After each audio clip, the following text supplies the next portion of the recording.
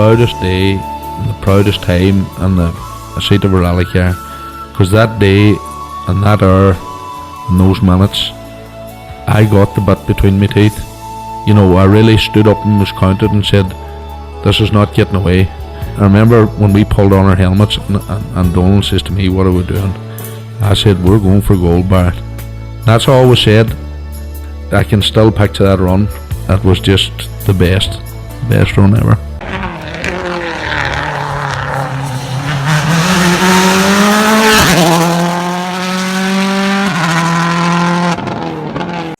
Welcome along to Krunching Gears, the second of our preview shows for the Donegal International Rally. And Kevin, who have we got on this episode? Oh, Christmas is here again. Yeah, part 2 of our Donegal special, and we catch up with Clerk of the Course Eamonn McGee, and then the four-wheel drive competitors join us in this episode. So we catch up with Matt Edwards, Meirion Evans, Mikie Galvin, Jennings and Desi Henry, and then some exciting WRC news coming to Donegal. We have the world champions, and that is Regan and Creighton. And then we also catch up with Eugene Ferry. He has an exciting new app he's launched as well, the Rally Stages app. But more of that later as well.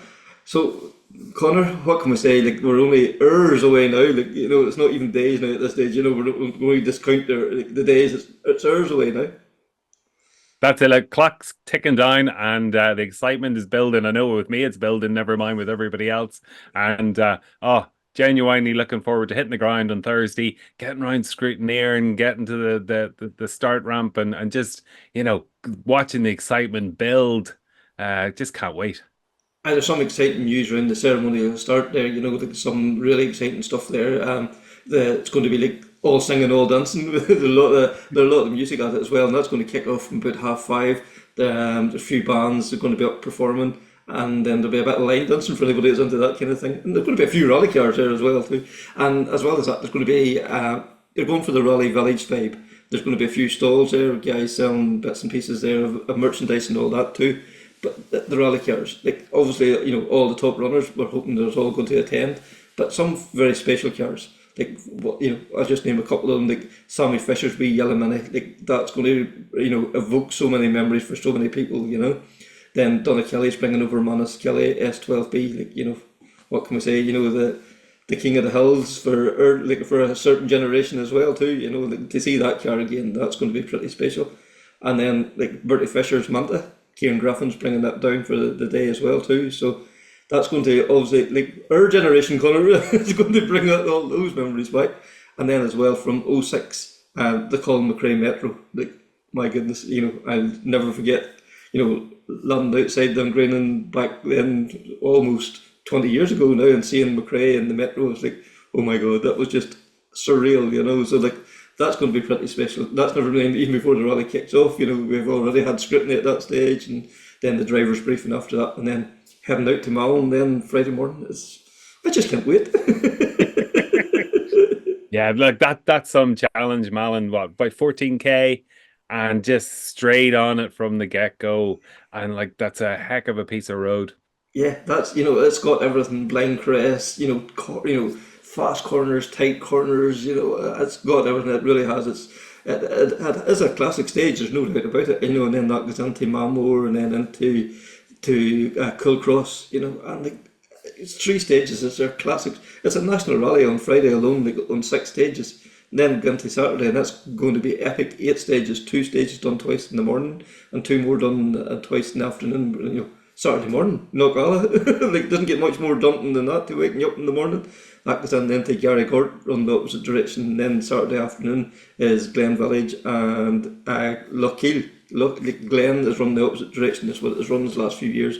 And then Lochkiel used to be run in the international years and years ago, and it was used there in the mini stages a couple of years ago. So that's going to be very fresh to everybody as well too. So lots of nice wee initiatives there. And then going into Sunday, Garton, Atlantic Drive, and then into final stage. Then it's funded them 3 stages done twice again too.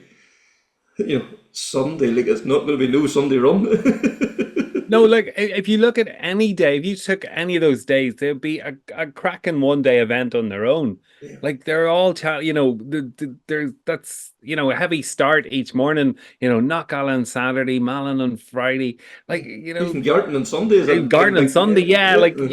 it's daunting from the outset in each day, and the mileage on each day as well. Like they are, 3 individual rallies. You could equally have a 1 day event in any of those and come away having watched an exciting rally or competed in an exciting rally. That's for sure. And every day has its own classics. Everybody says they want to come to Donegal and do the classics. You're getting the opportunity to do the classics, and as well mixing it up. Like some of the stages reversed, and new stages on Friday. There's I think there's a wee bit there for everybody this year. So I think it's looking really, really good. But no point in us telling you too much more about it. We'll hear from Eamon McGee. So Eamon, it's that time of the year again. We've been waiting hard all year, but now we're only a few hours away nearly at this stage. Well, it's down to the hours now, Kevin. All right now. Look, it's our work's coming. We can't do much more than we have for Thursday morning now. The whole thing starts scrutiny and one thing and another. So big long day on Thursday between ceremonial starts and drivers briefing and scrutiny and all that. So that's just kind of just the before the storm starts is the last night before, to say more or less. Yeah, and the ceremony will start. It's looking very promising this year. Like Dennis Ferry's got involved again this year. Different venue this year down Port Road, kind of and Green Theatre's the focal point for it. And there's going to be singing and dancing, and there's going to be a few rally cars there as well. Well, that's why the reason we moved to the Port Road is that we are actually closing the Port Road. So the last time we were in the main street, it was alive. The whole road wasn't closed as such. So I think Dennis is intending to put up the big ramp the year. Like he's closing the road a couple of hours before that, and he has kind of a stage to put up there to for the whole entertainment. Like, and he's a lot of work put into that this last couple of weeks, like, or months, like. Mm-hmm. And there's going to be some lovely old cars there. Kind of cars that's sort of part of the Donegal story and all too, which is real nice, and then as well. Very much. Very much so. He's bringing in some nice cars there. I think he's got. Well, I suppose I don't know whether it's right there now, but I think McRae's the Metro Metro's here, and Bobby Fisher's car, and maybe Sammy Fisher's car there, and maybe I don't know whether. And then the S12B, Manus's S12B. Manus's car's coming as well. Like, so that's a fair collection. That's a fair collection as well. Like, so. Yeah, because all them things will bring to it, like, because there is such history with the Donegal Rally, and it's great to be able to celebrate that as well. For sure. Just when you look back on some of them cars, and you say to yourself, you were part of that era too, like, so and funny how the Subarus and that are just kind of falling away behind, like, and they were the real car now. Now you have them young cubs now with the R4 cars, and they're setting another field for the future as well, like. That's for sure. And then, you've your driver's briefing Thursday night, but then Friday morning you're heading into new territory again, up to Ennishow, and hasn't been up that area now in 12 years, I think, isn't it now, since the last time they're up that direction? So it's more or less new territory for everybody. That's new, a lot of new territory, and it will be a challenge to go. It's a nice wee run up there, but at the same time, when you do get up there, like the stages now, the feedback from the competitors on stages now, they seem to be getting really thrilled to get on them, like, and it's good to be able to go up there, again, like, it's a totally different. A lot of them drivers, them younger drivers never have been up to Malin. No. Never would have been even spectating on Malin, like, not alone competing on it, like. Yeah, that's the guy. I spoke to the Rally 4 guys the other night, and when you think about it, the last time that Malin run was 12 years ago. They were probably, a lot of them were maybe only 9 or 10 at that stage, and it's quite scary. That's what I mean. That's where they haven't even been up there, like, so to compete in it, and at one level the field for all them, it's a brand new experience for a lot of the competitors, like. Even the older boys, like, and the last time they went, they would have well forgotten about. And the road has changed as well. Like, the surface of the road has changed since the last time it's run. Like, there's good quality surface there now in the minute, so that'll be interesting to see how that goes. And even Cool Cross and Malmore Gap, there are three good stages up there. Yeah. And we keep going on about, like what Donegal, what it can bring for tourism, one thing or another. Like this will really bring it alive. Like this is part of the Wild Atlantic Way, Malmore Gap, Malin Head. And that's only Friday. Never mind going into the Saturday, Sunday. Like this is really hitting the tourist points as well. Aye, that was when you look at it, maybe sometimes some man might start in Kellybegs and do the stages all along the coast right till they go to Malin and be quite a challenge for somebody. That'll be the real Wild Atlantic Donegal way. No, we're bringing in a few good stages. Like you're bringing in the Drive and Fanad, and then Arts and Nagala. You're bringing in now Malmore Gap and Malin Head, so it's covering half the county. Like that's for sure. And then even like Friday is a daunting day. Saturday morning, starting in right into Knockalla first thing Saturday morning. You'd want to have your Weetabix before you head out on Saturday morning. That's for sure. Again, I know there's if you have a tough day on Friday, there's no tougher place to have to go again on the morning, Saturday morning, than into Nagala. But look, it's changes it and try to do different wee things to the event and try and upgrade it and make it so challenging for them by using the same territory all the time. Yeah, because always needs a challenge in it. Aye. And then they head into Gary Gort, which has done the different direction from the norm as well too. So even if you've been doing the event for the last 2 or 3 or 4 years, that's gone out the window. Like your knowledge is no longer any use. It's a new set of notes again. There's a new set of notes again, and again then if you get over them, we reverse Glen again. So a lot of them, it's been a while since we ran down into the village that way. So again, it's a new page of notes, and then that fourth stage, that Lockheed stage, that was a good stage. Like Johnny ran that on the money stage and the very good wee stage. And again, it's a new stage for a lot of competitors. It's a new stage there all the time. Yeah, because I know even talking to some of the competitors, that's what they're saying. The mix of stages, you have the coastal ones that if it's wet, they'll dry quicker. But then you come to the likes of Glen or Lougheed, they're inland. So they mightn't dry off as quick. And that's going to provide, different challenges. And that's what the competitors enjoy is the challenge. They don't come for the easy run. They want the challenge. They want the stage that brings out the best in them. Sure, for sure, and you'll find along the inner stages, the inland stages, they're not dry as well. But again, I don't know what the weather's bringing us at the weekend. I think it's more dry weather than more than I don't think there's very little rain forecast for the weekend at all. But hopefully not anyway. Hopefully not is correct, yeah. And then into Sunday, Sunday is going to be epic.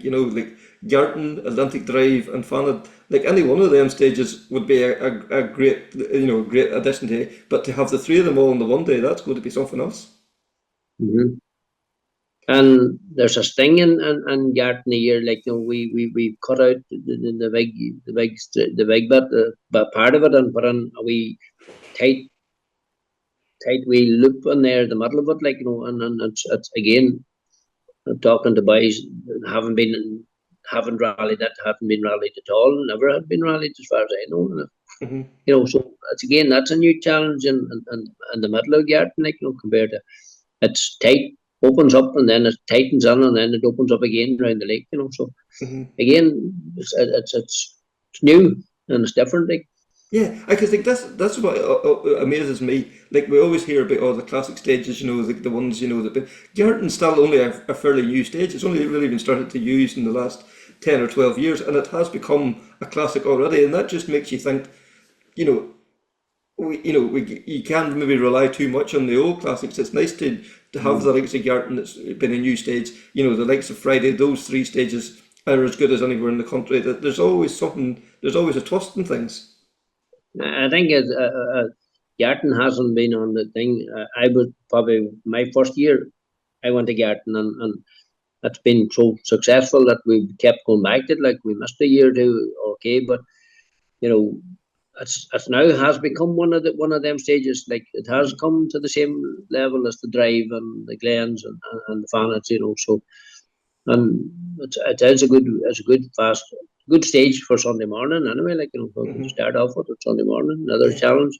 Yeah, and then to finish the rally off, then like Fanad Drive, and like nearly if you asked anybody, Fanad is in their top, three, definitely their top five, if not top three stages anywhere in the country, and to have that to finish off the rally, that's it's going to be some. If the rally's gone into the last stage and there's only a few seconds separating them, there's a few seconds and a few more there as well. Oh, there is. If you go back to the 16 battle with Manas and Keith Cronin, that just shows you what can make you break you, like, Fanat. There is time to be made in, but it takes a brave man to get it in there too, like. Yeah, and like that, I suppose we should have mentioned earlier was Friday the service areas in Carndonna, and a real good service area you have there in Carndonna, and then Saturday Sunday is the traditional now the Kiltoy one in Letterkenny. Yeah, we're coming back into Letterkenny twice on for the 2 days again. Like, and that central service, it's working well. It's working well for both competitors, and that. So, when they do get settled in there on the Friday night, Saturday morning, like, they're parked up there for the weekend, and it means okay, they're moving on this Friday, but I would hope that they would try and bring as little stuff as they can to make sure that take the necessary stuff down, and we can open up again on Friday and Saturday and Kiltoy, like. Yeah, and then the other nice wee. But again, it's good that. Yeah, and the other nice wee touch then to finish the rally off then on Sunday evening, you're coming back through Milford, and just to rekindle, people remember the Milford town stage, or the service wasn't used to be in Milford, to actually bring the cars in through the town. Nice wee touch by the club, sort of like a nod back to previous years. That's for we were talking to a couple of different people from Milford early in the year, and they suggested that, and I said, well, it's only a roadbook change, really, like, and maybe it's away with Milford with the one-way system. It'll mean a lot to the older people like the Milfords, that will see the cars coming down through the town again, and what normally would have been, the only way at one time through Milford, like. Yeah. Now we're coming back again there, and as I said, that if you go back to the Milford Inn, that's where the first meetings were held for the club. So you're going back, you're touching nerves there. What people do, going back years, like. So it's good that we have to do that, like. Yeah, because like the people that created this rally, 50 odd years ago, like. You're standing on the shoulders of those giants. You're creating your own history, but you also appreciate the history that come before you. Oh, definitely so. Like, you have to look back and appreciate what them. But it's easier now in the modern technology to do things, like. But them fellas, they were operating out of maybe a phone box and we town, like, and that's how they were communicating with one another, like. So nowadays, like, it's totally different, but you have to appreciate what them boys done in the past, like. It's unreal what they achieved and what they brought this event to, like. And it's easy for us to keep it going, like, but it was they were good found laid for years and years, like. That's for sure. So, like, ahead of the weekend, I suppose just appeal to people to listen to what the marshals and the officials is telling you to do. Well, that's the big one now, Kevin. Like, I expect there will be a good crowd coming around, but like, we don't want to lose any stages, like, but like, it's up to please help everybody that can. If for marshals say something, he's not saying it just for his good. He's doing it for the good of everybody, make everybody safe, and we don't want to have to lose a stage over the head of somebody not not being in the right place or something, So I would appeal to everybody to help them, obey the marshals and try and help them as much as you can to get people in the right place and not stand in the wrong place and be everybody be safe. Yeah, because it's not just the marshals that makes this event happen. It's the spectators, and they have to respect, that the somebody has give over their, their road or their land or their garden to let them stand in. Even lift your rubbish up when you're leaving at the end as well. Wee things like that just can make a huge difference. That means all the difference, and that makes it easier for us to go back next year and say, well, we're closing this road, and you don't have nothing to fall back on, so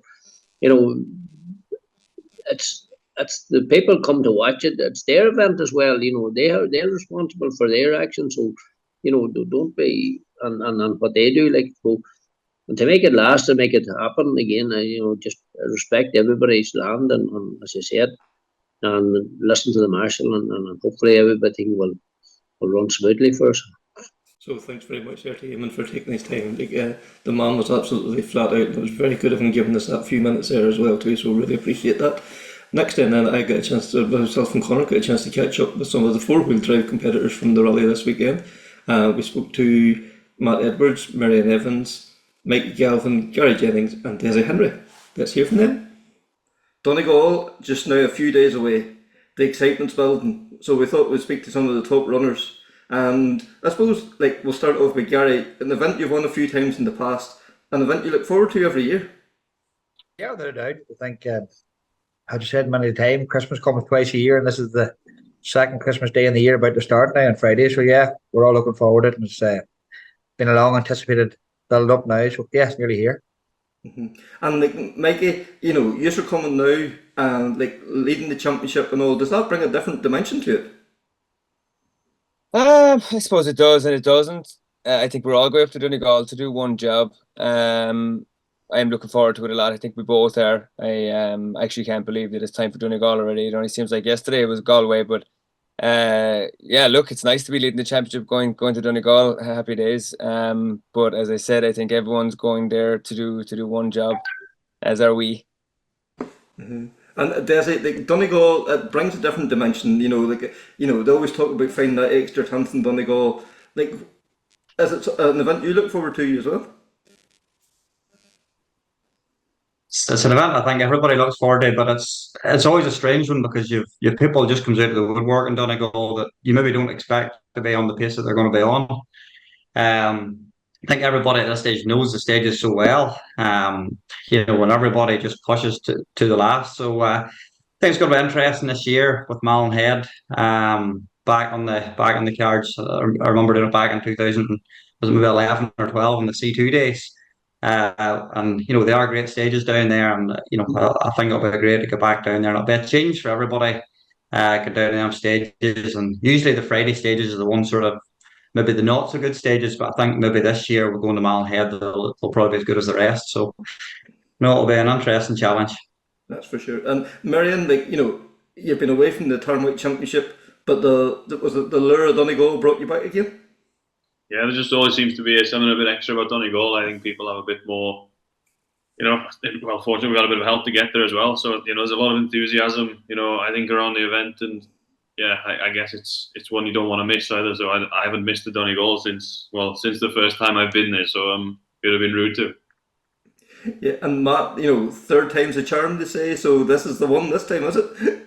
Yeah, I've been lured in again. I've obviously got somebody in the passenger seat that it means the world to as well. So, between us, we've got a big enthusiasm to come and do well again, and hopefully third time lucky for us. But it's the championship shaping up as well. So, as much as that's a priority, we've got to try and get the monkey off the back in Donegal for us. I'm trying to get that monkey off my back this 8 years. But what is it about Donegal? What is the appeal? Is it the competition? Is it the fact that the competition is up for the event? Is it the stages? Is it the atmosphere? Why is it the event in Ireland everybody looks forward to? Don't know if anybody wants to take that one. The party, I think it's has to be the party. It's the atmosphere.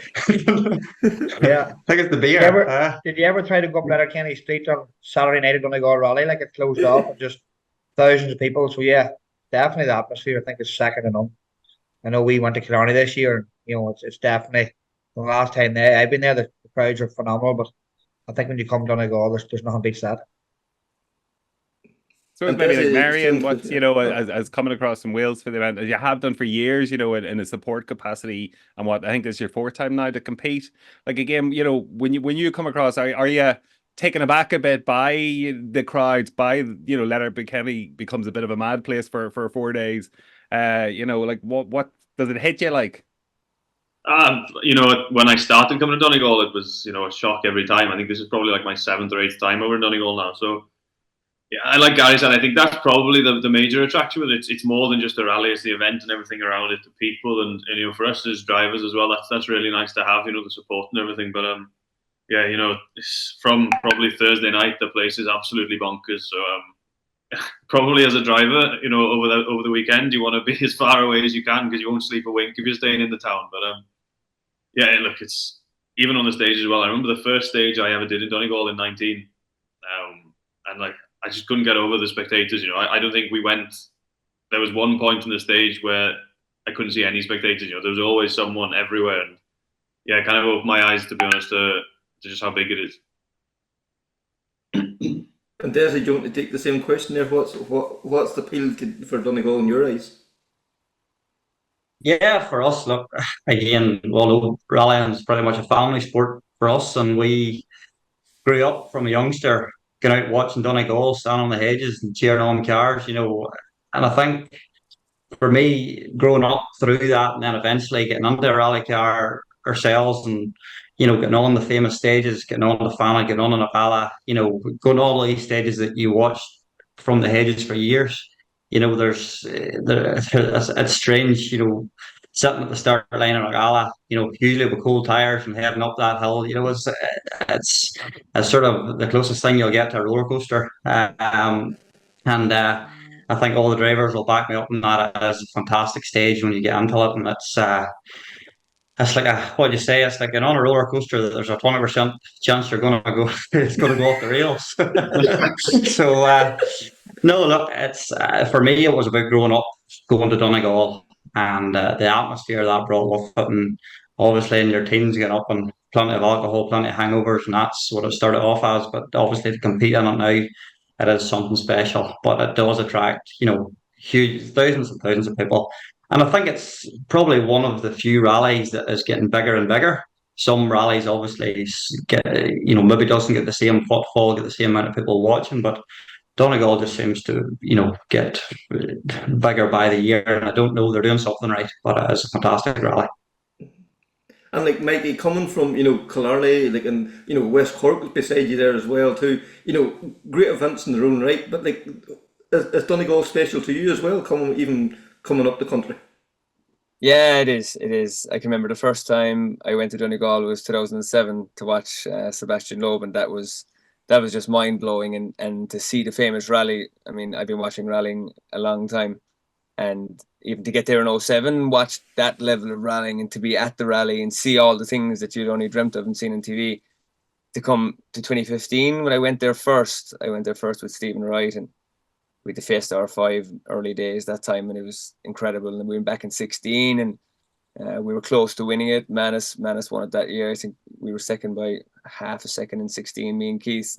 To come all the way to here, leading the Irish Tarmac Championship, going up there with number 2 in the door, like, you know, it's an absolute privilege to be able to do that. And I try not to forget that at any stage of what we're doing, because, you know, that's all it is a privilege. But no, we're excited to go there. Yeah, but yeah, there's something special about it.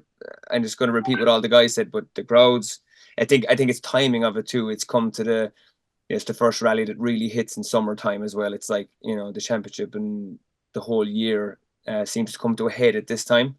So I think everything just falls right for Donegal, and whatever drug people take before they go out that weekend, everybody just seems to up the game. I don't know what that is, but it seems to always happen across the whole field. Everybody's game steps up about 3 steps, which is good.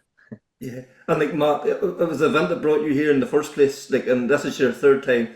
Like, what was it brought you in the first place, and what makes you keep coming back? I think it was a bit of a sort of off the cuff conversation with Dave in the back of the Pirelli truck in end of 21. He said, "Oh, we'll drag you over to Donegal," and that was where that all started. Really, it wasn't really anything we planned before that. I didn't really have an inclination to come and do it. There wasn't the opportunity to come and do it, but between us, we got a budget together, and we came and we had a go. And I remember landing in Letterkenny and thinking, where's the party? And the party was the rally. I wasn't quite sure what was going on. But yeah, like everyone said, the atmosphere is fantastic. The stages are fantastic, and the level of competition's high. So those are the three things that bring you to a rally, really. And Desi, you mentioned Knockalla, as being the ultimate stage of Donegal. Like, is that? I take it that's your favorite, or is there anything else that would surpass Knockalla, or is that it basically? Here, look, no, I think it's, what would you say? It's a bit surreal. You say heading up, say thousands of people stand at the first couple of hairpins, and you climb up, and you there's sort of a wild moment as you climb up the mountain, and then you start and drop down, and all you see is sea to your left hand side, and it's almost flat in fifth gear. So as we all know, if you're not nearly flat in fifth gear, you're not going hard enough. Um, but in your head, you're thinking this is crazy stuff. But I think it's one of the few stages that you get that, I would compare it to probably like a Tower Head, but close to us, where you're rallying right along the waterside and you're getting that same thing. You're going over crests and jumps and bumps, and uh, McGalla's to me something very, very similar to that. But no, I think it is probably pretty special as regards to one of my personal favourites. So no, hopefully we can get a good run over it this year. And Gary, when you're going through the hairpins there at the start of Knockalla, like, is it a distraction, the volume of people that are there on the side of the road? Are you kind of taking your mind off actually competing and kind of a bit, wow, this is amazing? No, definitely not. I think all drivers are the same. Once we're counted down and we're told to go, you don't see the people on the side of the hedges. You're focusing to get your corner speed right for that second last corner before the hairpin at the bottom of Knockalla, and it's about carrying your speed all over the top. But you're aware of all the people, but no, you won't be making contact or you wouldn't really see them. But you can feel it in the car. If you drive past them people and they're roaring and the horns is going, you can definitely feel it. It's a surreal feeling. They talk about the hairs on your back of your neck standing. If it doesn't stand going up in Knockalla, it's not stand at all. And Meirion, for yourself, is there a favourite stage now from Donegal? I'd probably say Knockalla, to be honest. I quite like High Glen as well, but I've only done it the way, obviously, we've used it the last couple of years. I've never done it downhill, which I think will be the first time this year. But yeah, that'll be interesting. But yeah, Knockalla, to be honest, as a package, as a stage, for me, is one of the best, I would say, in the whole country. To be fair, it's obviously you start with the wide stuff, then what a lot of people who don't know the stage don't know is sort of the wide stuff is probably only 20% of the stage. After you slot off the main road, there's a good 15k of work left. So yeah, it presents a lot of challenges. It's a bit of everything. It's fast and there's some really narrow, twisty sections as well. So yeah, it's in, I think 22 in the dry. I really enjoyed it. Last year was tricky because it rained on both runs and it was kind of, you were in between on tyres all the time, and it's obviously your tyres are always cold going into Knockalla. So if it's wet as well, it just adds to it, and it's a fair hairy run down the hill the other side, with that white line in the middle of the road and everything. So yeah, when it's nice and dry, you can get a good cut at it. Rally's worked fairly well, Meirion.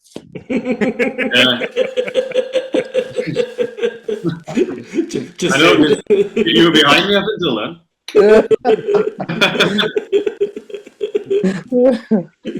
And Matt, is there a favourite stage? Is it Knockalla, or is there another one in Donegal floats your boat? It's not Atlantic Drive, I'll tell you that. No, Knockalla's one of the favourites. Believe it or not, I liked one of the third stage. The first year I did it, I couldn't tell you what it was called, but that was a great little stage on the Friday. I like Fanard. I like Glen. They've definitely all got a character. I think that's a different character, and that's appealing to me. Doing 7 or 8 stages in a day that are all very similar is it's not boring by any means, but it makes them difficult to remember in a way. And I think to go and do 3 or 4 different stages in quite different areas, it makes it very sort of interesting as a driver to go and do lots of different types of roads, different surfaces, and that's part of the big challenge of this rally is setting a car up for not just one type of road. Yeah, and like we talked, before, like now that it's become the norm to, change the setup between stages and all now.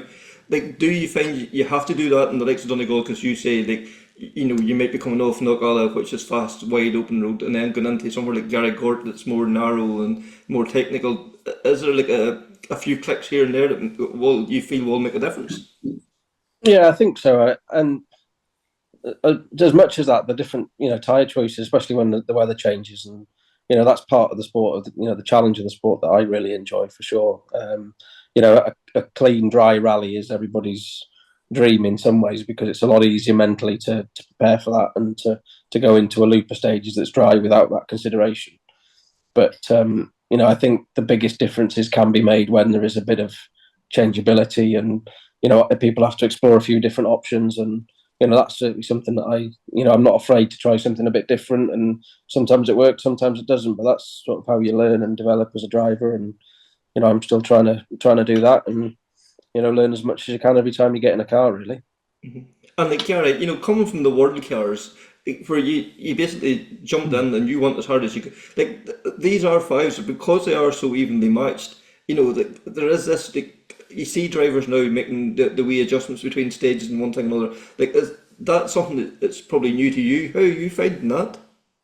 Whatever way she set up, it's the way I drive her. Yeah, no, like Matt's been very helpful to me as well there with Pirelli on the tyre choice and car setup. It's great having these boys in the same car. So, Matt can give me advice and we can work on it. But yeah, these cars are definitely, they're so evenly matched. All the makes, all the models. Like, I was sitting at traffic lights in Case today, and if you come off a stage in Donegal and you're 4 seconds down in the car in front, you're nowhere. But when you're sitting at them traffic lights and they're counting down the top 5 seconds, it's actually nothing. It's only brake too early for 4 or 5 corners, and that's what it is. But to lose that kind of time, you think you're a world away, but it's not really. It's just to carry so much speed and just braking a wee bit earlier in these cars, where the world cars have the more power, you can slide through the corners.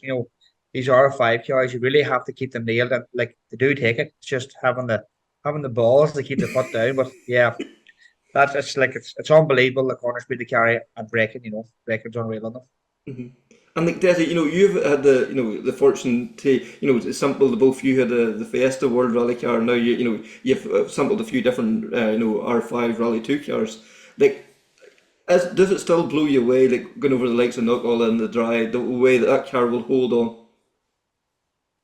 Yeah, look, as I always say, I think most of the cars, and I think they're all fairly level now. I think over the years they've all caught up with each other. So I think it's only as good as the setup that day that you're on. I think some cars have certain strengths on certain days and certain rallies. Whether it be fast or slow or bumpy or grippy. I think certain cars will be very, very strong in some situations and maybe weaker in others.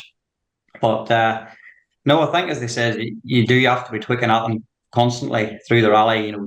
Changing it for different services and different types of stages. And as they mentioned earlier, in Donegal, you're going to different areas and it's quite spread out. So you are getting different levels of grip as you go to the different areas. So no, I think it is very, very important, and it does take the complete package to try and compete in Donegal, and having that ability to change the car to suit them different nature of stages every time. So, but no, I think any one of them Rally 2 cars now is capable of winning the rally. It's more to do with the jockey to get everyone to come together and the team and everything. But no, I think it's get very, very close now. Yeah. And like Mikie, is this another like string to your bow now that you have to go out now? You know, before it may have been just tire pressures and reading the notes and whatever. Now that do you, you know, is there a part of that now that you're making tweaks in the car now? Would you be sort of know how to go about making 2 or 3 clicks here or 2 or 3 clicks there? Not a clue. I'm just sitting back. No, I'd be honest, we don't actually do a whole pile of changing out of service, honestly. If we get it right, we get it right. Very rarely have we done anything like that. Maybe we should have carried 2 spares earlier in the year, but anyhow, that's another day. No, that worked out just fine. No, but we actually don't do that a whole pile. But just to go back to the, you know, and the lads were talking about the cars, like the cars are incredible. I'd love to take someone off the street who is into cars or into rallying that has never experienced that and just put them in and just to see what they're capable of, because it is mind blowing. And like, I've been in an R5 cars most years since 2015, and it still blows my mind like every weekend. I mean, you know, I think Killarney was like a landmark kind of event as well, because whatever was going on in Killarney, the grip was just incredible. I don't know, you know, the cars have come along, tires have come along, everything. Just the grip in Killarney was just mind blowing. It was like my first day out. I was just like, how is this car stopping? Keith was pretty much the same. I mean, we were going in past 100 boards like they were nothing. It was just incredible. But for someone who had never experienced that, I would love to sit them in and just be like, watch this, you know. And like, Meirion, you're coming now with a new car. Like, you know, before this you had a whole bank of settings, and you know, you knew exactly how the Polo would react if you done certain things.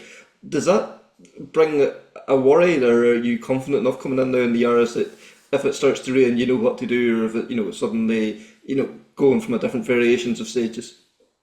No, it's not a worry at all. It's more of just an unknown, isn't it? It's with the Polo, you pretty much, you know, I knew the next move all the time. If this was going to happen, I knew what I do. So it's honestly the case with a new car. You have to just play about a bit. And honestly, we've done the British Championship so far this year, and I guess the downside with that is compared to the Irish Championship, the mileage is very low. So like the rallies, like the Jim Clark is the longest. It was only 80 miles, but we only did about 50 of them. So yeah, the car is okay. We've kind of, I think now, going into Donegal, we're probably at a place where we're comfortable enough with what we need to do and where we are with everything. So hopefully we just get a good 3 days and get on a decent pace and, you know, keep building on it, because it's you know, it's just obviously I spent that long in a Polo. It's just adapting myself, and as well as that, adapting the car a bit, because the nature of the tarmac over here is slightly different to what they see in Europe with all the development testing and stuff. Yeah, they've got some rough stuff, but probably not the same. What I found is the cambered tarmac and stuff, you know, the tarmac in Europe seems to be just a bit flatter, whereas we have the road is quite crowned, and the car tends to, you know, can follow the road a lot more. So yeah, look, the car obviously it has actually, the way the car's been built, it has some very, very good strengths for Ireland, you know, with the suspension travel and everything like that. It's a lot more than any other car. So, you know, if we can get it right, I'm sure, you know, it'll be away, and we can at least be on the same page we're on the Polo. It's just getting it right is the job. And Desi, will all eyes be on the Yaris? Will there be, you know, curiosity? How does it perform? Everybody eyeing it up. Oh, this might be the next Polo. This might be the next Fiesta. Yeah, I think when Meirion first came, I think everybody was watching and seeing what's this thing going to do, and it's certainly a great looking car, and it's shown, you know, across the World Championship. It seems to be very, very quick in gravel. It seems to be they maybe have a wee bit of work to do in tarmac, but I certainly think if they can get it right, I think Meirion hit the nail on the head there. Suspension travel is very, very important for Ireland. It's not like the gravel where most of the cars have a lot of travel. And here, you know, dealing with a tarmac suspension, particularly a European suspension, the travel seems to be a lot shorter. And the compromise always is where if you run a longer damper, then the car can develop some bump steer. But No, I think, as Meirion says, I think if they can get round any of the wee teething issues they have with the car and tarmac, I think it has the capability of being very, very quick. And I think you'll see before the end of the year, I think Meirion will be winning rallies again on it. He's proved himself in the polo, and I think he'll get there again now in the Yaris. And Gary, yourself, like, will it be? Will you have much interest in the Yaris and how it copes on the Irish Tour? I'd be more into twin cams at my age now than the Yaris. No, yeah, I hear fair play to Meirion and Melbourne for bringing the Yaris over. I think it's fantastic for Irish rallying and fantastic for Donegal for them to take the plunge and bring the car over here. Meirion's Melbourne's been very successful here over the years, so they know what they're at. You needn't sit there telling that they're kind of a wobbly fry. I know his father and him out of the car set up. She'll be absolutely ready to go when he's here. So look, the Irish will be thereabouts. Don't be kidding anybody. I don't be thinking otherwise. And Marion's very capable of putting it up there. So look, the development Toyota has, is fantastic. The only benefit we have is there's so many Fiestas now in the top 10 or 15 that everybody kind of saying, we all compare information. And it's great that we can all benefit from everybody that's using all different setups. But I think that's probably where Meirion is on his own, where he's only car there. He can't get any feedback from anybody else in the camp. But look, they'll not be far away. Yeah, because Gary, from 2012, like everybody from there, you said you were bringing the S14 to Donegal. It never worked here. That car's not capable of winning Donegal. But Melvin had it, and he had it, and right from the very first stage, you were on it. Yeah, I think that's testament to Melvin. We took the car to Donegal for one day's testing. We made some dramatic changes to suspension. I think even ProDrive said wouldn't work. And Melvin showed his faith in me, and we done it. We actually used more like a gravel damper. It was probably a wee bit harder to drive, but look, we could carry a lot more speed through the corners. And as you rightly say, we led the rally from start to finish. And I think 14 had done nothing before that, but that's testament to Melvin. And they knew what we're looking for, and we set up the car. So that's why I know Meirion's playing a bit of a poker face here. He'll be okay come Friday. S14 didn't do much after that either, Gary.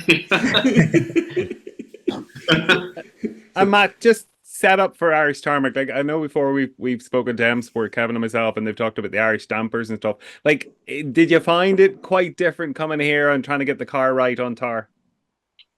I don't know really. I'm one of the few Fiestas that runs Eurotar in Ireland. It's something that we've tried a couple of times so far this year and in previous years, and I've always tended to go towards the car with a bit less travel, but sort of feels the bumps a bit more.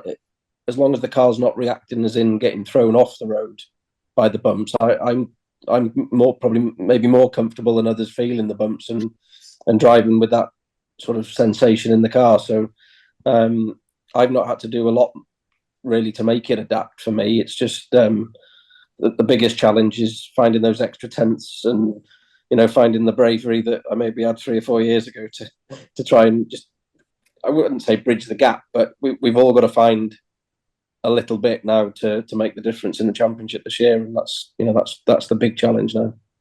Mikie, for yourself and Keith, you're back and forward between the British Championship and the Irish Championship. Is there much difference there in how you get the car set up for the tarmac events between the two? Well, all I know is that the tarmac across the water, and Meirion will probably back me up, and Matt, the tarmac is so much different than it is here. So much less grip. The Jim Clerk was such a slippy rally. Even when it was dry, as I said in a previous podcast a few weeks ago, the last 2 years we did the Jim Clerk, it was dry, but it's still always slippier than the tar. It just hasn't. It's not as abrasive as here. And the earlier tarmac rally indeed, which was another disaster for us. But the grip, I was telling Chris Ingram, we were talking at the start of every St. Battens, and I was like, man, you need to get over and do a rally over here. The grip in these cars now, like at the moment, is just insane. And he was kind of saying, oh yeah, really, really. I actually thought he was going to show up in Donegal, but anyhow, I thought I had it sold to him. But the grip is much, much less. So yeah, maybe the cars are that bit softer and the tires are obviously that bit softer. Other than that, I don't deal in that side of things a whole pile. I keep to myself. But all I know is that the grip over here is light years ahead of most places I've ever seen, even out in Europe, the tarmac is so much different. You know, people talk about, oh, you know, French tarmac or Belgian tarmac, which is more like a concrete, but the grip we have here is just insane. At least they probably have it dry all the same.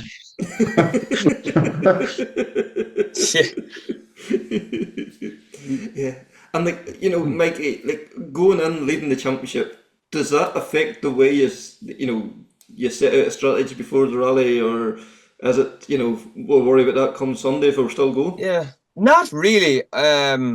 You know, we're going up here to try and win the rally, and we know that's not going to be easy at all. Are we looking at it differently than if we were second or if we were third? Not really, because you know we still need to go to Donegal and try and win. But as I said, we know that's not going to be easy.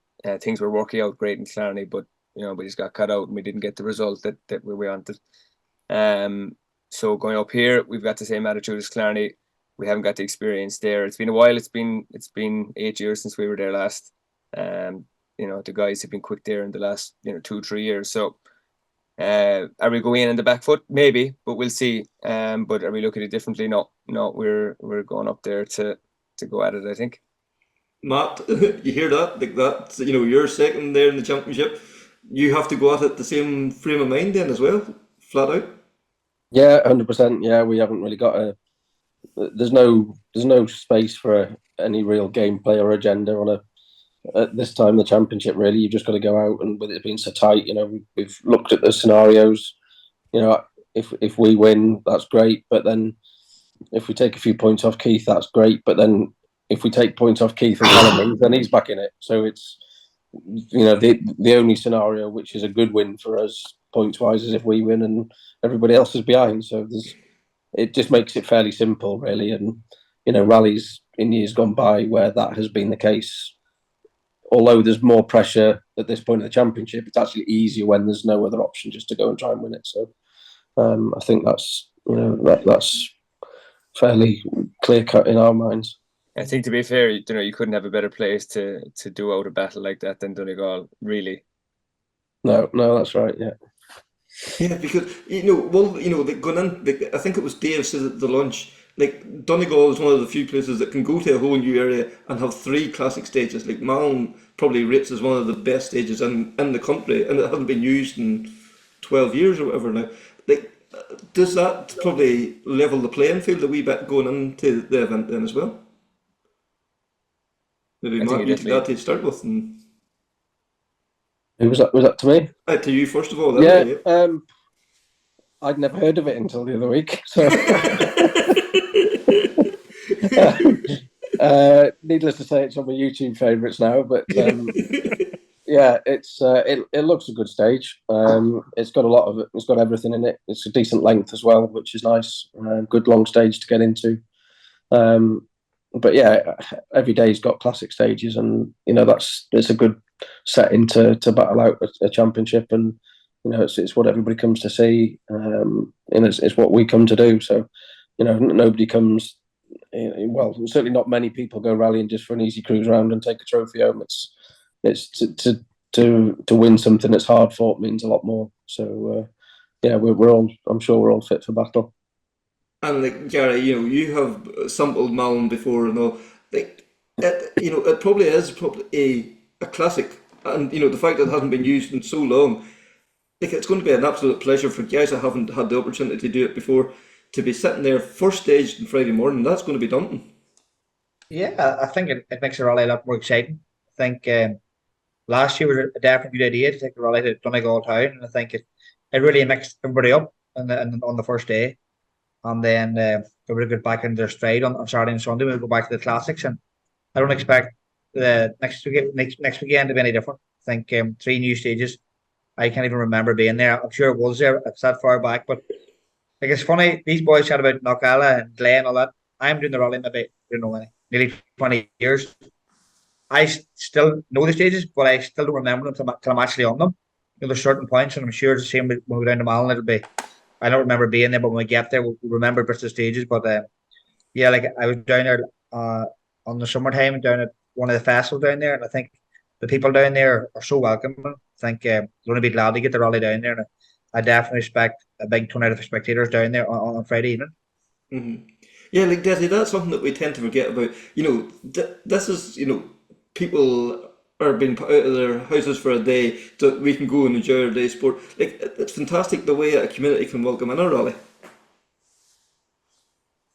Yeah, look, it takes we're relying on people, the farmers and the residents that live in all these stages. Maybe a stage of 18 or 20 kilometers long to, basically sit in the house for the day or go somewhere else today or sit and spectate for the day, and they maybe have no interest in rallying, but no, there's a huge thanks has to go out to them. I think particularly in Donegal, there always seems to be a sort of a welcoming when you go there. A lot of places throughout the country maybe just wouldn't be maybe as welcome as others, but certainly Donegal is one of the places that really takes the rally in its stride and loves to see the rally coming. And it works both ways. We have to try and, as competitors, we have to try and thank them people for what they're doing, and obviously behave ourselves and reggies and make sure that we're trying our best so we can get back doing the stages again. So no, I say, but it's not even from that point, even from the organisers' point of view, taking the rally to different areas. I'm sure there's hundreds of hours of PR and has to be done on the stages going around. They have to talk to every single resident on them roads and make plans. So it's a massive undertaking for motor clubs, particularly say the like of an event like Donegal that's running 9 or 10 stages. So again, credit to the organisers for running such a big rally. It's and we couldn't go have fun over them stages without them. So no, that's certainly a lot of work goes into it. Yeah. And like Meirion, I know this is your fourth time competing. Like the new stages, like the variation, the stages reversed, one thing or another, it keeps it fresh. It's not you're not just coming cut and paste every year. No, and you're on top of that as well. I think there's a couple of stages on the second day this year, even that haven't been used that much lately, which is it's quite good to be fair, because you can get sucked into just doing the same over and over, and especially with the Friday, Donegal tends to be the different day. Last year in Donegal Town, the stages were very hard, to be honest. There was a lot of quite nasty bumps and everything, and it was hard on a car. And I think a lot of people have said to me that Malin Head is one of the best stages in the country. So to get a chance to go up there and do it as the first stage as well, so there's a good chance we'll get there. Yeah, it'll be great. And Conor, yeah. Do you understand that Irish rally is about bumpy roads? Like we're not in the Jim Clerk now. Hey, we're proper Donegal. I'll take a bumpy road over the Jim Clerk end of the weekend. Hey. It's not doesn't hold a special place in my heart, and we'll just say that. Right? Mikie, like it's a 3-day event. It's a marathon, not a sprint. But at the same time, you can't really afford to go easy and pace yourself. You have to be in the thick of it right from stage one. Yeah, I know during the day, even a rally like that is a marathon. It's nice because obviously it's intense during the day and you're racing flat out all day, but you finish early evening and you've got your evening to get sorted and stuff. I think there's a lot to be said for rallies that you finish at a reasonable hour, because there is work to be done in the evenings. There's always video work and you got to get organized and have food and this, that, and the other thing. Where I prefer to do like a 5-day rally that finishes at 6 or 7 in the evening than like a day and a half that you're finishing at. We were on Abbey St. Battens at like 11:15 at night the other night, a couple of weeks ago. Which I nearly fell asleep in the last stage, honestly. It was time for bed, and we were literally tackling into a stage, and then you got to go home and do stuff, and it was only, as you said, 80 miles or less. So it was intense that way, but we only did like a day and a quarter's rallying as such, day and a half call it. We're Donegal is 3 whole days of rallying, but it's not that intense actually. You're racing flat out all day and you finish, and then it's not super early in the morning and you race all day and you finish at a reasonable hour again. I sound like an old man talking. You sound you really like your sleep there, Mikie. But it is nice. So it is nice to have that bit of time in the evening to get yourself sorted and not be rushing back and trying to bang a pizza in the oven at 12 o'clock at night and then up again at 7. It's just like, You can do the historic rally, Mike. That's only 2 days. That's why I haven't been there. Only spectating. But no, Donegal is nice like that because you go down, you park in the park for me, and you walk out, and it's still nice and early, and there's a bit of daylight left and stuff, and but there's a lot of racing to be done during the day for 3 days. And I think Matt, that's why Keith drives so fast. He's trying to get Mikey back to bed. He's trying to get me back for my pizza. Matt, like again, having to be on it from the get-go, is there the opportunity, or is there time to be, tactical, or is it just a case it's just flat out and that's it?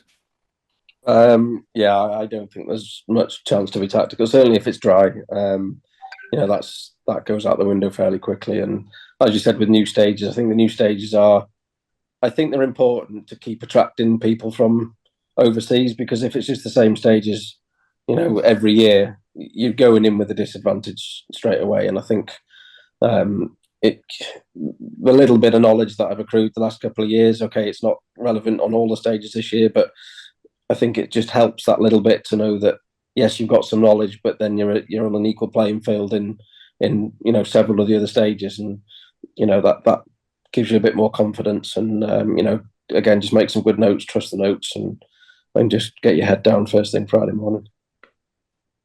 Meirion, you mentioned there like 80k for a BRC round, or 80 miles for a BRC round. You're looking at more or around that on a daily basis here. Like, your own preparation for that.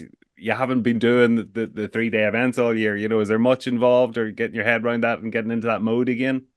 To be honest, it feels more natural, because I was just saying to somebody the other day that the prep work for this rally, like watching the videos and stuff, it feels more natural, because with the BRC rallies, there's probably been like 3 or 4 stages per event to kind of look at and make notes for. And I've almost felt like I haven't been preparing, because the workload is that much less compared to what I've been doing, the last 2 to 3 years in Ireland. So yeah, it actually feels a bit more normal again to doing a good bit of work before an event. My missus probably doesn't agree with that, but yeah, it's nice, and it feels like you're doing a rally. And to be honest, the main reason we're coming is for that as well. Get a good chunk of mileage, a good rally with the Yaris on tarmac. With the British Championship as well, it goes from tarmac to gravel a bit, so we're always changing that kind of mindset as well. So we said the car was in tarmac after the Jim Clark. Obviously, it finished a bit early, but yeah, it was a good excuse to come and do it and try and get a good 3 days, and hopefully that'll see us good then going forward with it as well.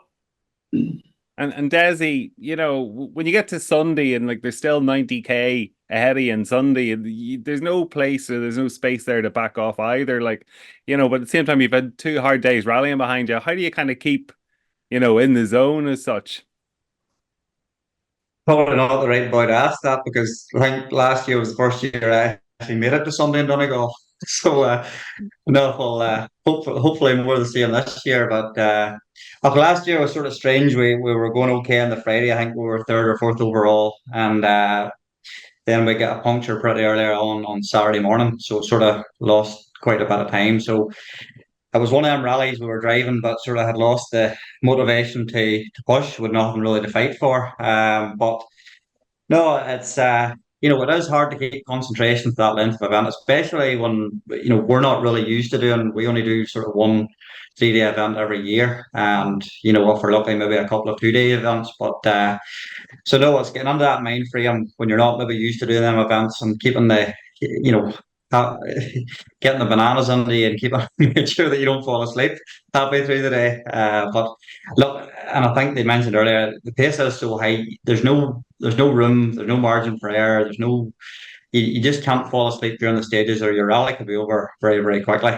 So no, look, we'll just this year, I think we'll go at it as hard as we can comfortably. I think the sounds of Mikie and Matt, them boys, are going to be getting at it like cat and dog. So we'll maybe sit back and pick up a few pieces maybe later on in the rally, but we'll see how it goes.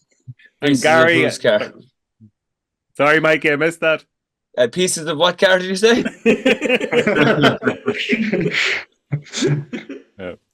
Gary, yourself, a seasoned campaigner in Donegal, do you have any particular strategy now, or how you do pace yourself for the 3 days? No, I think it's very different for me now. I think we just just have a nice pace through the weekend and try and get through to Sunday. But I know with these top boys, the way it is, you have to go as hard as you can for as long as you can for 3 days in Donegal, and that's all you can do to win Donegal. I think them top 3 or 4 boys, you just have to go flat from the start. Maybe a bit different for us now. We're just the older generation, but we can just not sit back, but go as hard as we can where we feel comfortable.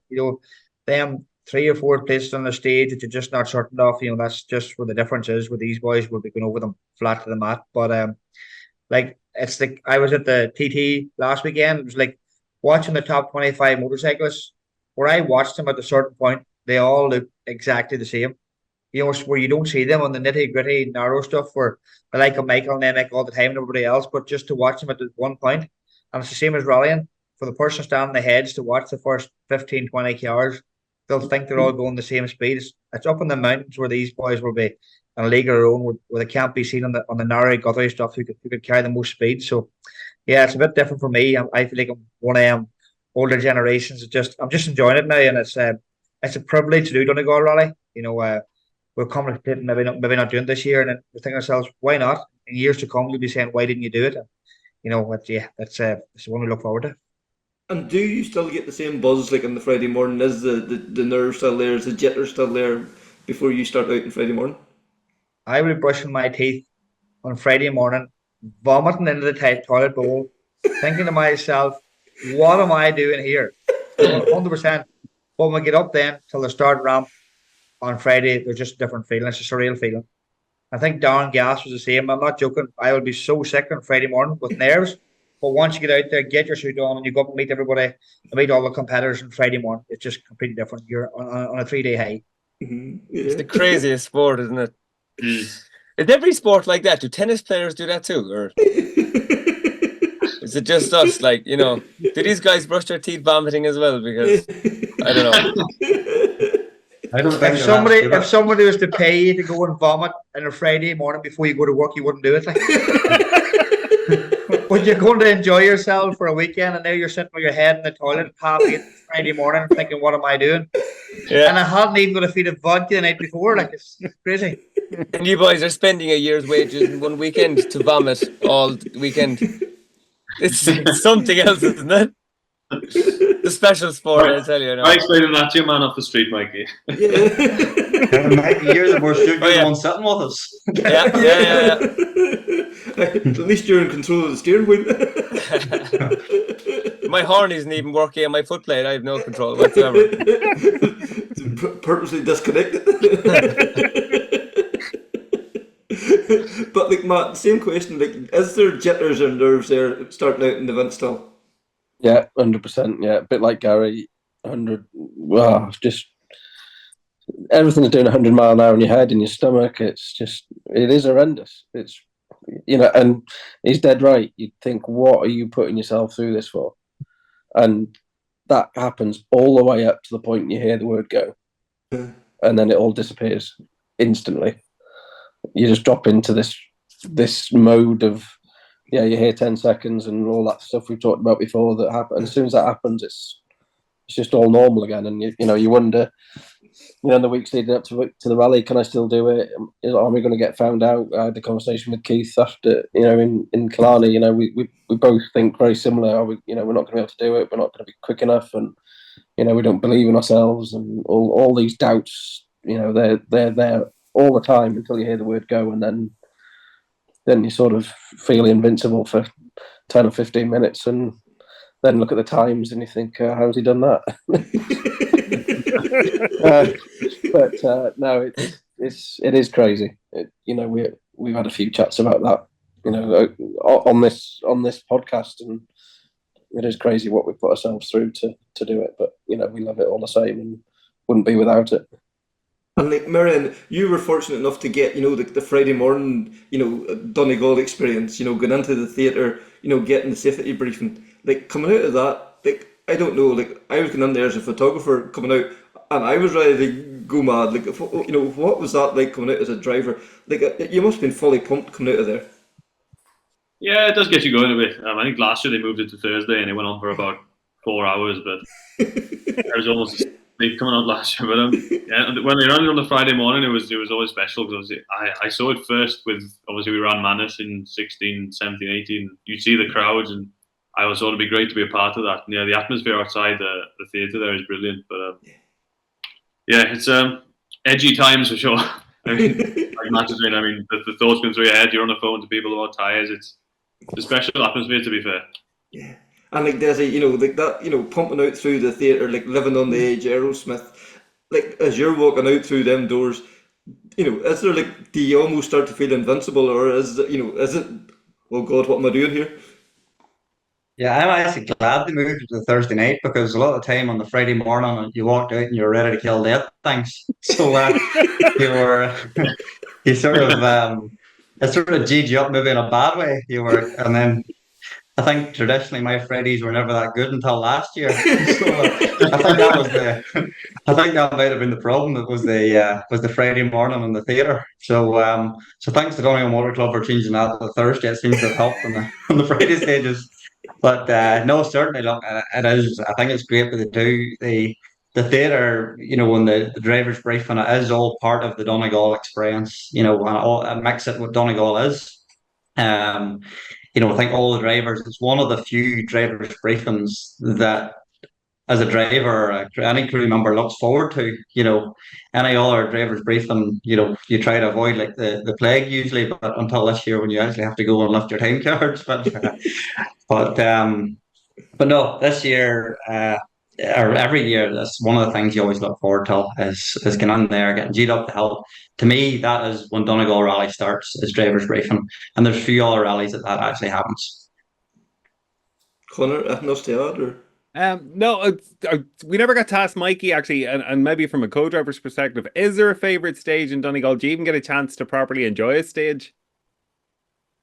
To be honest, I enjoy lots of different stages up there. Fan at some stage. I remember in 16, it was.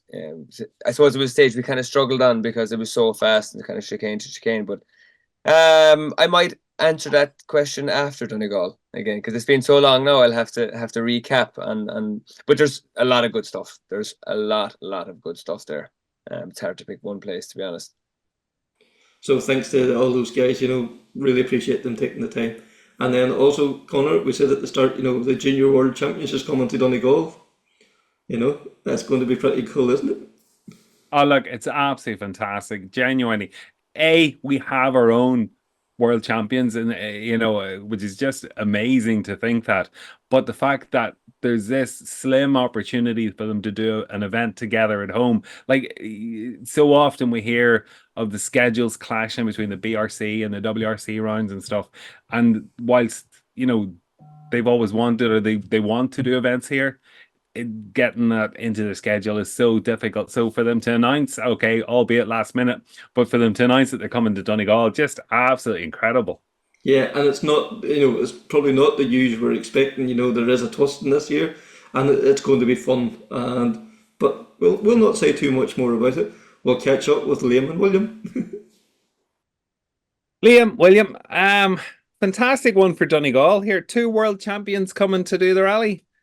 Liam, what's the story? Yeah, we're sitting in an airport, flying out to, I think it was to a WRC rally, and the entries were coming out for Donegal, and I said to William, "Will we do Donegal in a Skoda?"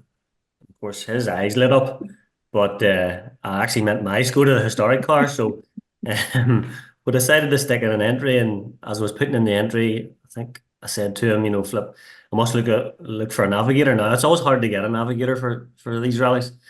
And William said, "Sure, I'll do it." So between, you know, waiting for the plane to take off, by the time the plane landed, we had a plan that 2 of us would do Donegal. So something different. And, you know, the rallies that we go to are so intense. There's a lot of pressure. There's a lot of work. A lot of effort goes into it. So we're taking the total opposite approach for Donegal. We're going to go and have a laugh. It's one of the best rallies in the country. Such a carnival atmosphere, and obviously a lot of our friends are doing the rally at the front of the field. So yeah, it's going to be great to be part of it, and we're really looking forward to it. And William, not only role reversal here, but am I right? You've never actually been a co-driver before? Yeah, never co-driven on a rally before. So Yeah, it's actually been something that I probably have wanted to do or tick off the bucket list for a while now. It's just sort of been in the back of my mind. So I hope this is the right place to start. Yeah, like it'll be a bit of fun, like Liam said. The rallies that we're usually doing, it's intense, whereas we're sort of it's going to be a bit of a holiday going to Donegal, and I'm sure it's going to be good fun. So I'm really looking forward to it. I just hope that I can read a set of pace notes. That's what they look like there, William. Just for anyone watching on that's called pace notes there. Right? Now, William, a bit of a holiday. Like Knockalla is the first stage you're tackling.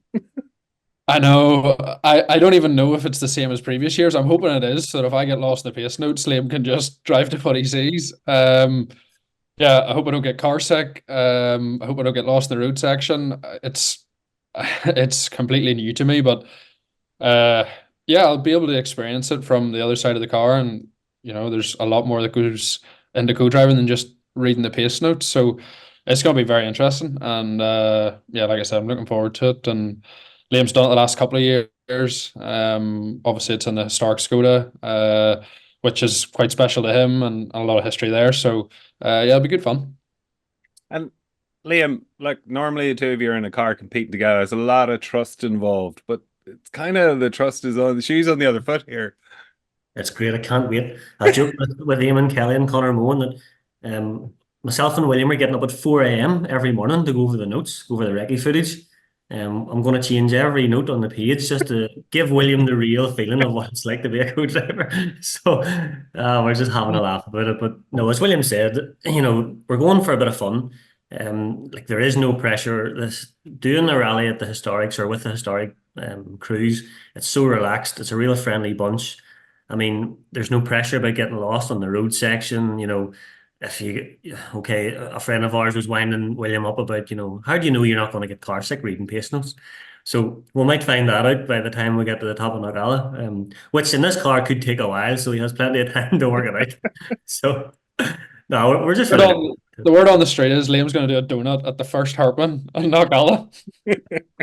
I wish this thing had the power to do a donut at the first Hartman and Knockalla. Just to give me a bit of time to get onto the right page. Yeah, true. Gary McElhinney's not doing the rally this year, so it's up to us maybe to try and put a slide on. It would need to be like frozen over for us to get a slide at that corner. You could end up in the entertainers of the rally. I don't know about that. That'll probably be one of those fast Mark II men, but even just for us to experience it, different side of the car for William. You can always learn things as well. Hopefully you'll see that, there is just plenty to being a co-driver and how hard it is. And whenever you get to the stop line, it's probably not the best time to ask 10 questions in a row before you get one answer right. It's always good to learn these things.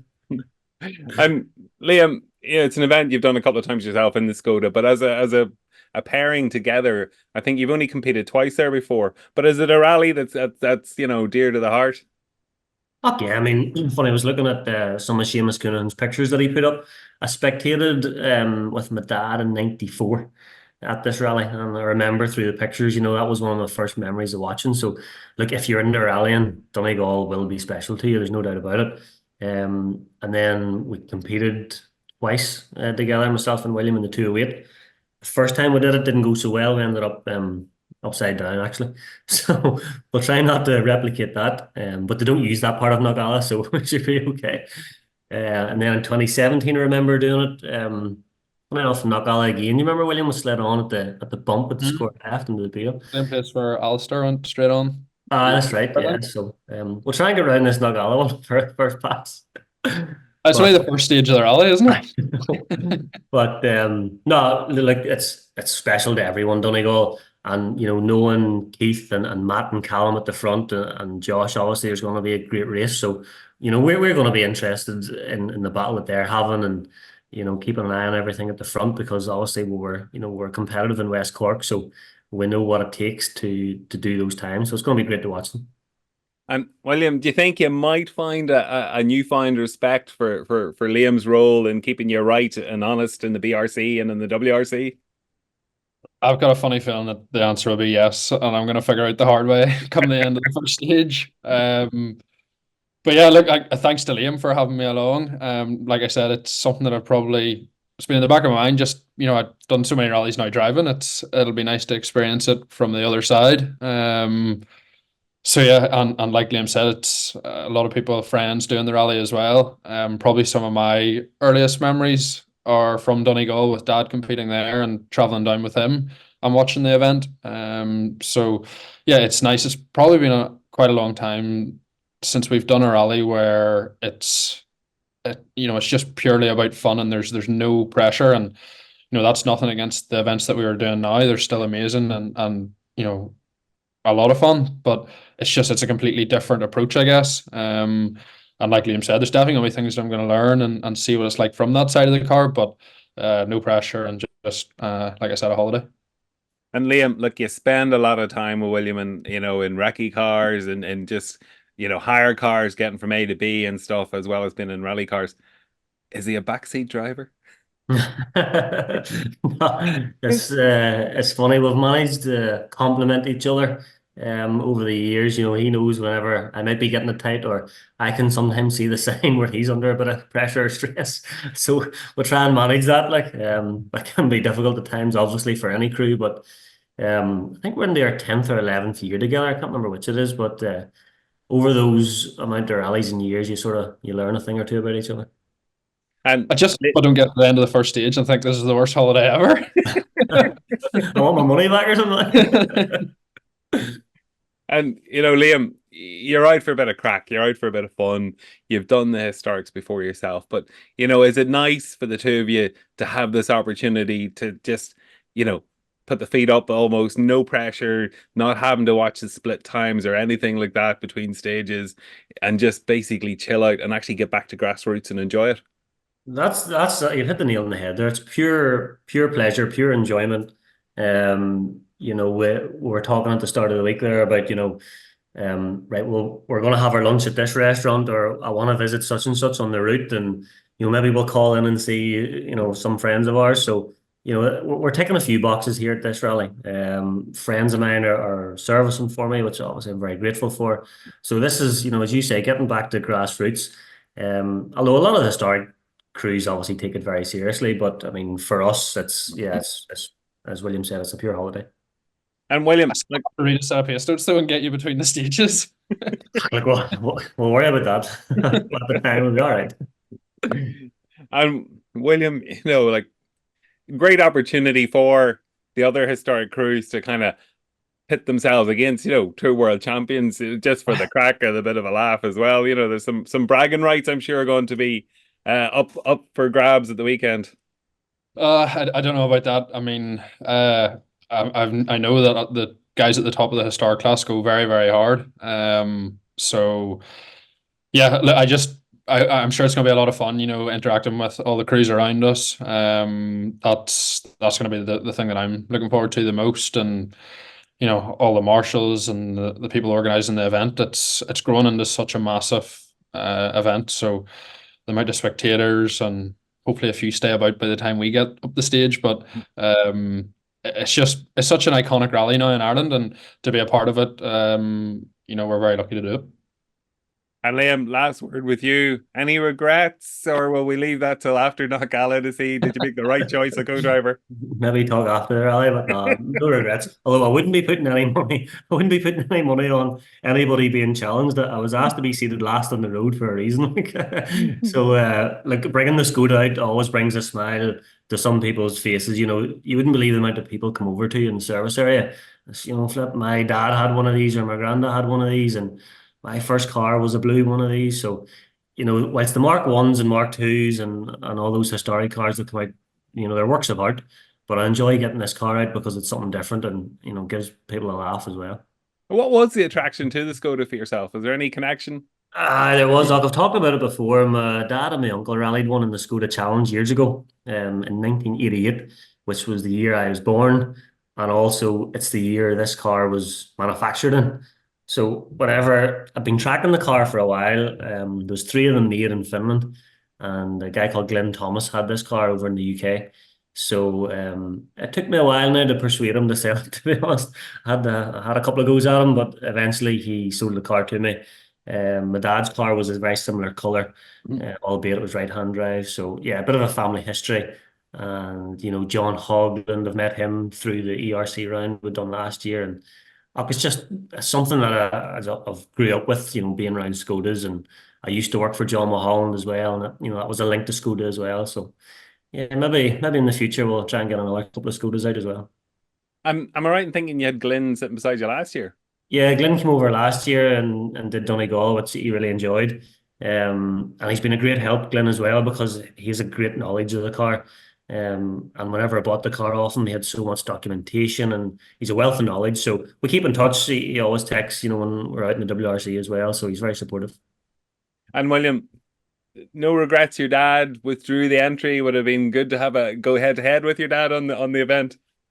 Yeah, well, that was kind of, I suppose, me doing the rally with Liam was also part of the persuasion to get Dad to go along, and Ian O'Connor and Ian are doing the rally as well. So that would have been good fun, but just with work and other commitments, Dad can't do the event. So although he might get up for a day to watch. So yeah, I'm glad, to be honest, because he would beat me and I would never hear the end of it. So I'm secretly delighted about that.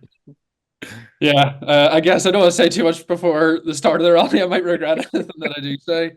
But yeah, let's hope it's dry and the sun is out, and that'll make it all the better as well. And like Liam actually said, I'm looking forward to following the top of the rally because the way Keith's going now, Matt's really coming on to form. Obviously, Callum, all those top guys. There's the level there, particularly in Donegal. It always seems to go to the bar just seems to keep getting higher each year. So. It'll be quite nice just to sit back and watch it from the side as well. So that's class. I just enjoyed seeing the Skoda on the stages last year. So, and just with the two of them, that's going to be some fun. They take their rallying very seriously from their competing, in the World Championship, but you just get the vibe of them. They're just out to enjoy themselves this weekend. Look, it's not too often they get the chance to switch off and relax and get back to basics, and this is just the perfect event. Busman's holiday, bit of crack, and didn't sound like they were going to be taking it too seriously, in fairness. Yeah, and they're in Donegal too, so what more can you ask for? And then, talking about a Donegal place, a Donegal man is Eugene Ferry. It's a name that's synonymous with rallying. This is the son of the famous Eugene. But this guy is going to be famous now in a few years. This rap he has come up with, I think it is going to be pretty special. But I'm not going to tell you about it. I'm going to let Eugene explain it all to you. So I'm now joined by Eugene Ferry from Rally Stages, a fantastic new initiative. Eugene Ferry is a name that's synonymous with Donegal rallying for a long number of years. And I'm sure, Eugene, is there a family connection? Yes, there is. Yeah, that's my father. So he's been rallying for nearly 30 years. So it's I suppose we've been kind of raised around rallying and that. So so that's how the bug landed in you, I suppose. Yeah, exactly. Yeah, so I grew up kind of helping out Dad with the car and stuff, not mechanically now, but just following him and that. And you would have went all over Ireland, at certain years, and just kind of supporting him and stuff. So yeah, that's how the bug got started, so. And we've all been there, we go to rallies and sometimes you land and the programmes are sold out or the map can be very difficult to read. Was that kind of maybe what sparked the idea behind this new initiative you have? Yeah, so basically it's kind of a bit of that kind of, trouble getting programmes, maps hard to read, but what I found myself was when I used to kind of follow my father at rallies, I'd be looking for a point to go to watch him, but I used to tend up in more recent years, you'd kind of look up the map. I was tending to go to Google Maps then and manually find where I picked on the physical map, to get directions to it and that, and I just thought it's kind of, is there a way, is there a gap there, that will help kind of people, get it. And the other thing then is a lot of times you'd look at the map and say, oh, that looks like a good junction, and you'd go there and might be covered in hedges or trees, and you're standing there and you see nothing, so that's where the kind of the main focus of the app is to get people directions to where they want to go, but it also incorporates the Google Street View, so they get an idea there of what the junction's like, beforehand, so. This could become a vital tool. Like this, it's almost like going to the junction, viewing it before you actually take the, jump in the car and drive to it. Yes, exactly, and that's some of the feedback I've got from kind of photographers and stuff. We've ran it in Mayo and Monaghan, and that was the feedback they've got, is that they've used it before to look at good positions for viewing and stuff. So it's been a great help for people like that. But it's the same for every spectator.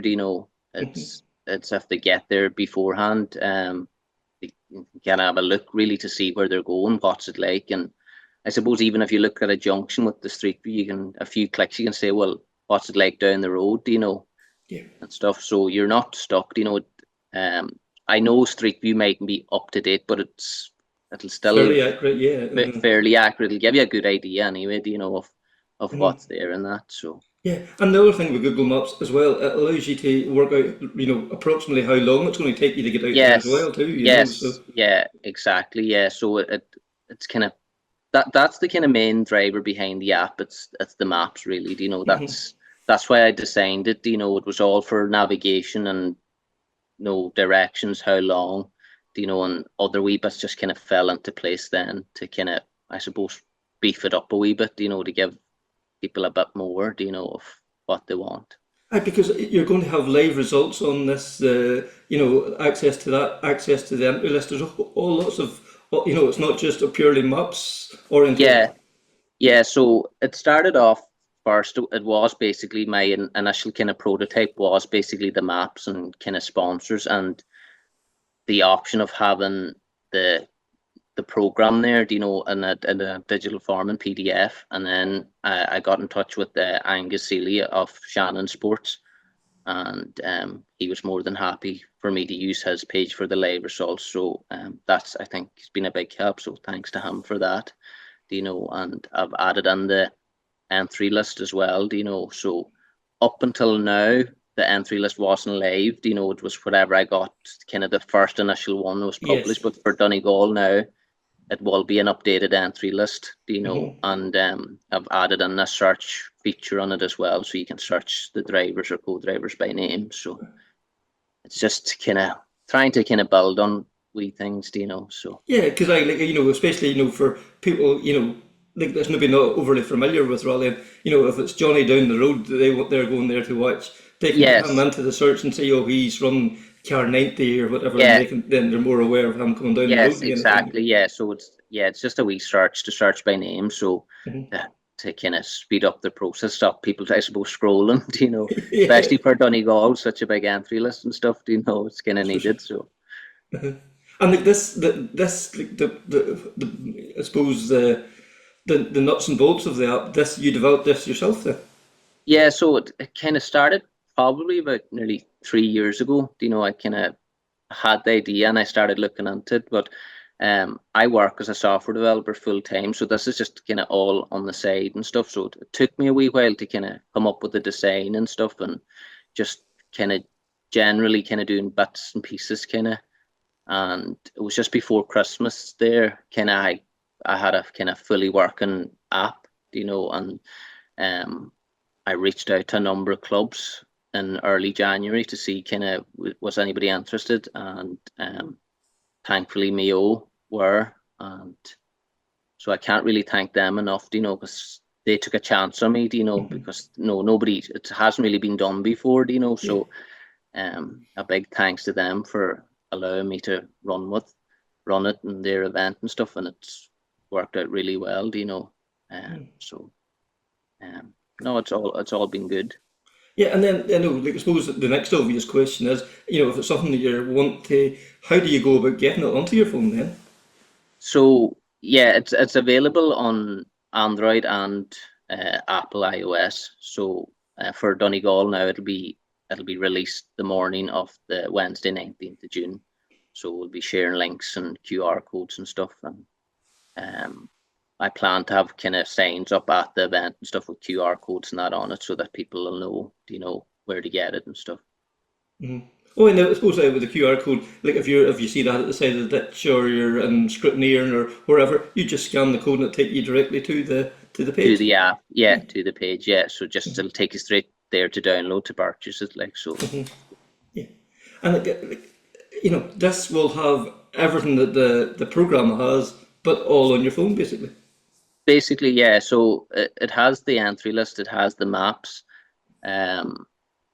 The it has results, the results, the live results, the programs there. It'll be available to download on your phone after the event. But it's there to view now, once you download the app.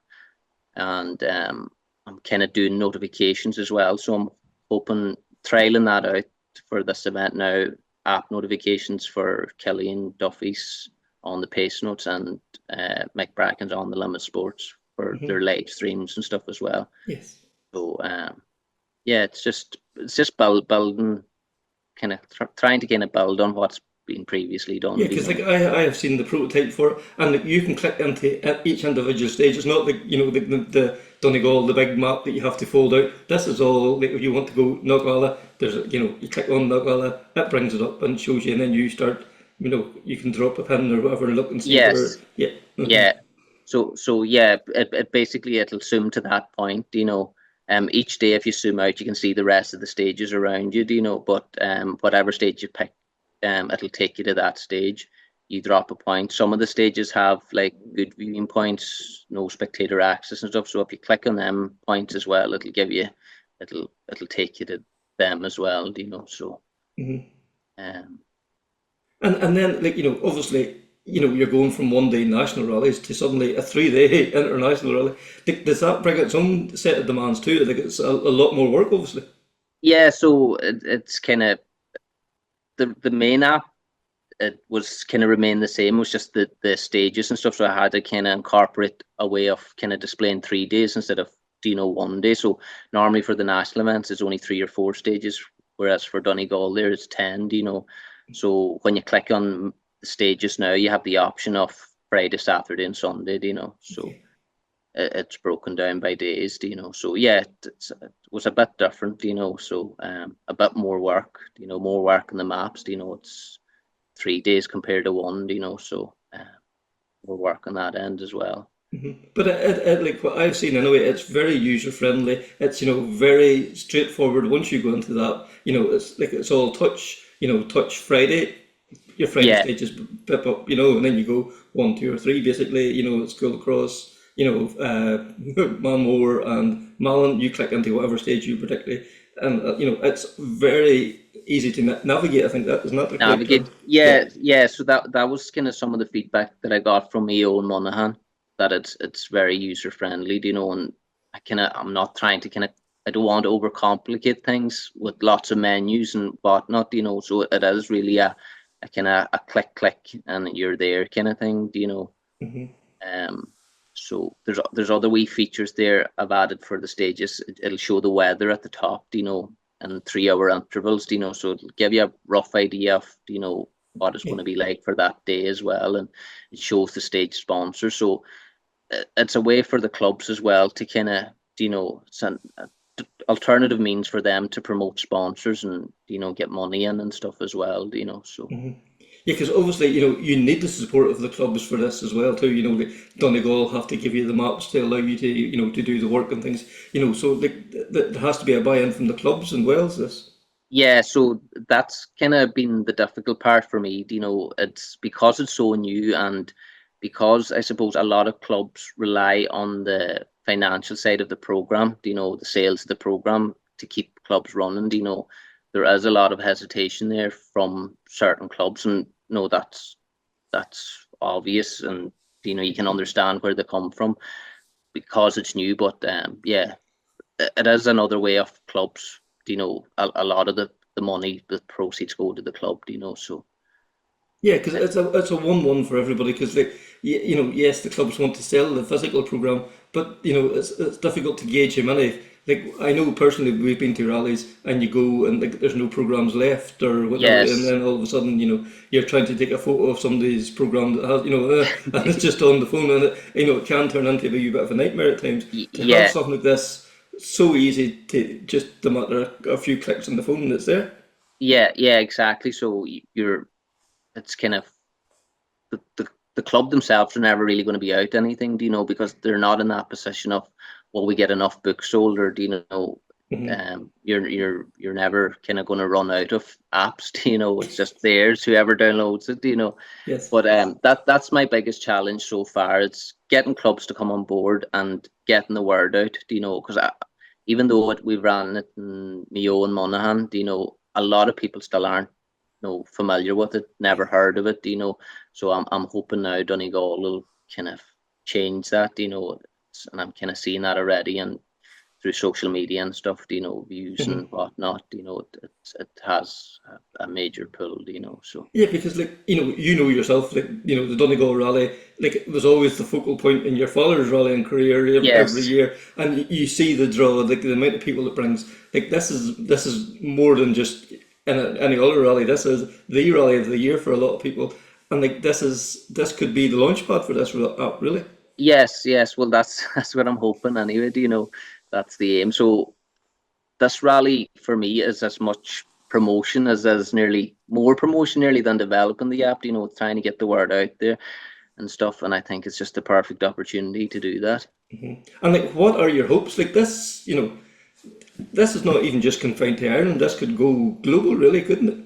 Yeah, well, that's the kind of, initially it was Ireland. You know, I'm going to start looking at the UK now. You know, but yeah, there's no reason why it can't go global like Europe anyway. You know, Ireland, UK, and the rest of Europe definitely. So that's the aim long term. You know, but it's just, as I said, it's getting the word out. You know, and that getting people used to it. You know, but a lot of the feedback that I've gotten from the previous two events has been really positive. You know, I had one fella from Liverpool get back to me, says he came over from Liverpool, didn't know anybody, and went to stage 2 straight, or at Mayo Rally straight onto stage 2 without knowing anything about the event or anybody running it. You know, so I don't think you'd get that from a physical book. You know, it will be very difficult to get that. You know. So because you need to know the local territory, really, even to start to follow the map, don't you? You know. Yes, so, exactly. To even find the program, you know, you need to know where to go to. You know, so it'll introduce new people to rallying too. You know, so just broadens it all up. Yeah. So that's, you know, so where to get it is go on to either your App Store, your Google Play, or whatever, and type in rally stages, and just click on and just follow the instructions. Yeah, so the links will be available on the website rallystages.ie. They'll be on social media and that, and I'm planning on having QR codes and flyers and stuff at the event. You know, so. Yeah, really interesting to hear what Eugene had to say about the app. And look, this could be an absolute game changer for spectators. Yeah, I think so too. Yeah, I do believe. Yeah, like having the access, you know, to Google Maps and, you know, Google Street View and all that. I think this could. Yeah, it could be very handy. Definitely for even the likes of us going out and taking the photos and one thing and another too. You know, so yeah, Connor, we're nearly there. What are you looking forward to the most? Oh, look, genuinely the whole thing, I think it's going to be 3 really challenging days. I think there's going to be some cracker battles and cracker fights going on. I'm looking forward to the ceremonial start. Just, I love that kind of build up. I love the chance for the families and, you know, the people who wouldn't maybe see a rally car on a stage, the opportunity for them to get close, to see some of our stars, to meet, to get selfies, to get autographs, etc. And, you know, the thoughts of McRae's Metro, Bertie Fisher's Manta, sure, you know, brings me back to the times when we used to have service in Milford. Yeah, that's for sure. You know, and like, you know, and fairness to the club this year, coming off the last stage, coming out of Fanad, they're going to bring the cars up and through Milford. You know, it's kind of like a nod to the old times. You know, like there was a town stage run in Milford. You know, not that many years ago. Starting to feel old. You know, so yeah, lots going on there. You know, and as you say, like the nod to the service area and all there as well too. So like it's a real nice touch. You know, so.